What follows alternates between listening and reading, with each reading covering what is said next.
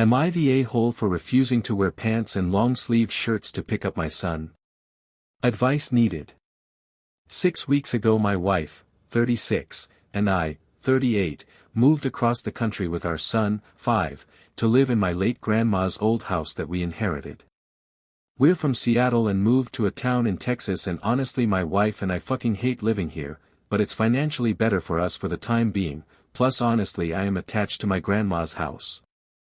I have a lot of tattoos, long hair, just a general look that really isn't common here but was totally normal in Seattle.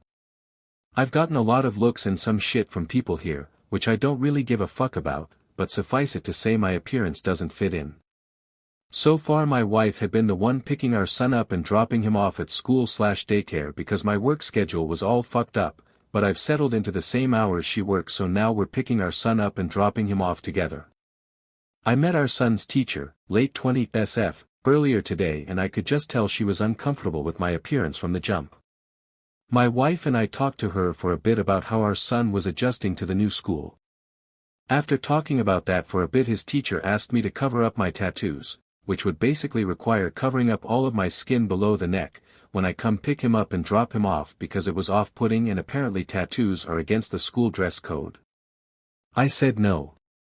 I was clothed, tank top and shorts, and I'm not a student, so I said I wasn't under their dress code.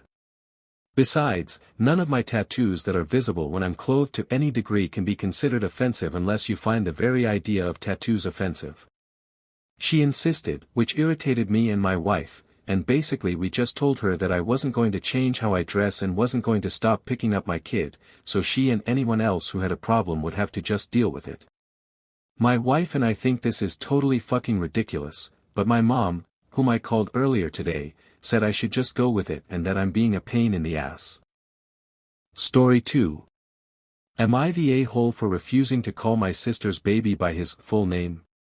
So, my 27M sister, 30F, recently had a baby, and she and her husband chose a very elaborate name for him, think something like Maximilian Octavius Peregrine, not the actual name, but close in vibe. It's a mouthful, and while it's cool and unique, everyone in the family has naturally started calling him Max for short. Well, my sister is furious about this.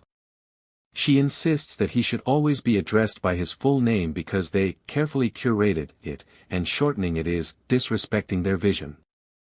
I thought she was joking at first, but she has actually started correcting people mid-conversation.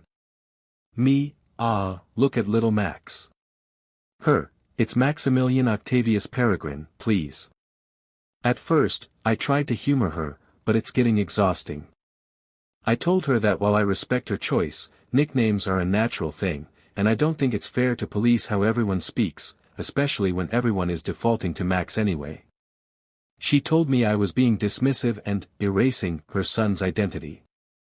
Now she's making a big deal about how I refuse to honor her son's name, and apparently, she's even considering limiting contact between me and my nephew if I can't respect her wishes. My parents think she's overreacting, but some of her friends have sided with her, saying that parents deserve to have their child's name used as intended. So, am I the a-hole for refusing to use my nephew's full name all the time?